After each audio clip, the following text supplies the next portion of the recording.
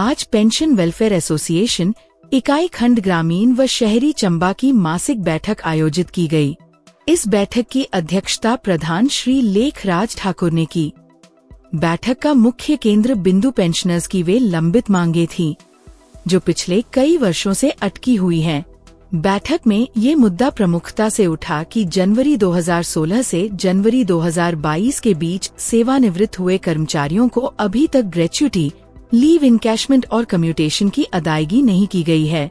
इतना ही नहीं, हाल ही में सेवानिवृत्त हुए कुछ कर्मचारियों को 1 वर्ष बीत जाने के बाद भी उनकी पेंशन का निर्धारण नहीं हो पाया है, जिससे उनमें गहरा रोष है।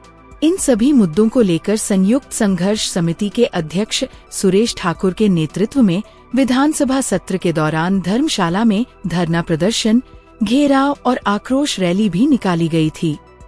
उस समय मुख्यमंत्री ने शिष्टमंडल को आश्वासन दिया था कि सत्र के बाद वार्ता की जाएगी और जेसीसी का गठन होगा, लेकिन इंतजार के बावजूद अब तक इस मुद्दे का कोई परिणाम नहीं निकला है।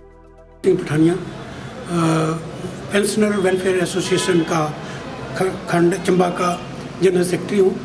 आज हमारी पेंशनर की मासिक बैठक डे केयर सेंटर चंबा में बुलाई गई थी, जिसकी अध्यक्षता श्री PL ठाकुर उपाध्यक्ष द्वारा की गई। हमारे लगभग 16 प्रतिभागियों ने मीटिंग में भाग लिया और आज का जो हमारा एजेंडा इस प्रकार था कि हमारी जो कुछ मांगे हैं, पेंशनरों की वित्तीय मांगे हैं जो कि हमें सरकार द्वारा नहीं अदायगी नहीं की गई है, उसके लिए हमने काफ़ी धरना प्रदर्शन भी किए, बाकी रैलियां की।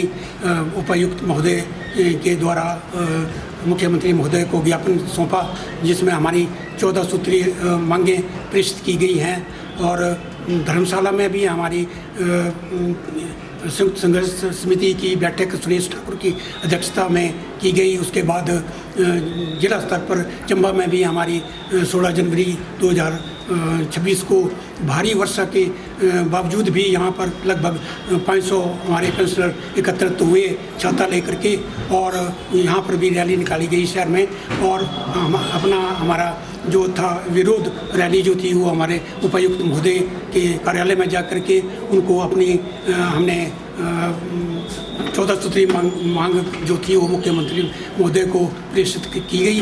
उसके बाद फिर भी इस पर कार्रवाई कोई ना करते हुए सरकार ने कोई इस पर ध्यान नहीं दिया, तो हमारा ये जो है वो सुरेश ठाकुर की अध्यक्षता में आखिर शिमला में जा कर के भारी प्रदर्शन हुआ, वहाँ पर रैलियाँ की गई, विधानसभा का घेराव हुआ, तो काफ़ी संख्या में वहाँ पर हमारे पेंशनर एकत्रित हुए। इसमें अधिकतर महिलाएं भी शामिल हुई और उन्होंने भी अपने वक्तव्य दिए। हमारे जो सुरेश ठाकुर जी थे उनकी अध्यक्षता में काफ़ी देर तक प्रदर्शन हुआ और आखिर मुख्यमंत्री महोदय ने वार्ता के लिए हमारे सुरेश ठाकुर अध्यक्ष जी को, जो कि हिमाचल प्रदेश के संयुक्त संघर्ष समिति के भी अध्यक्ष हैं और पेंशनर वेलफेयर एसोसिएशन के भी राज्य के अध्यक्ष हैं, विधानसभा में उनके साथ वार्ता के लिए उनको बुलाया गया।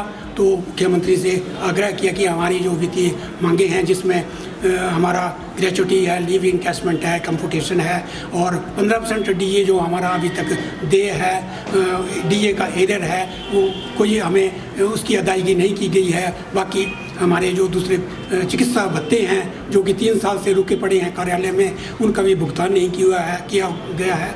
तो मुख्यमंत्री से हमने ये गुहार लगाई कि हमें शीघ्र जो बीमार व्यक्ति हैं उनके लिए इसकी बहुत आवश्यकता है, धन की बहुत आवश्यकता है, अपना इलाज करवा सकेंगे, अपना और कार्य कर सकते हैं। तो उन्होंने कहा कि मैं बाकी को तो मैं आपके सामने इतना नहीं बोल सकता, लेकिन हमारे जो चिकित्सा भत्ता है, मेडिकल बिल्स हैं, उनको शीघ्र आप प्रेषित करें कार्यालय में और मैं 1 सप्ताह के भीतर उनकी अदायगी के आदेश जारी कर दूंगा, तो उनका भुगतान मैं शीघ्र कर दूंगा।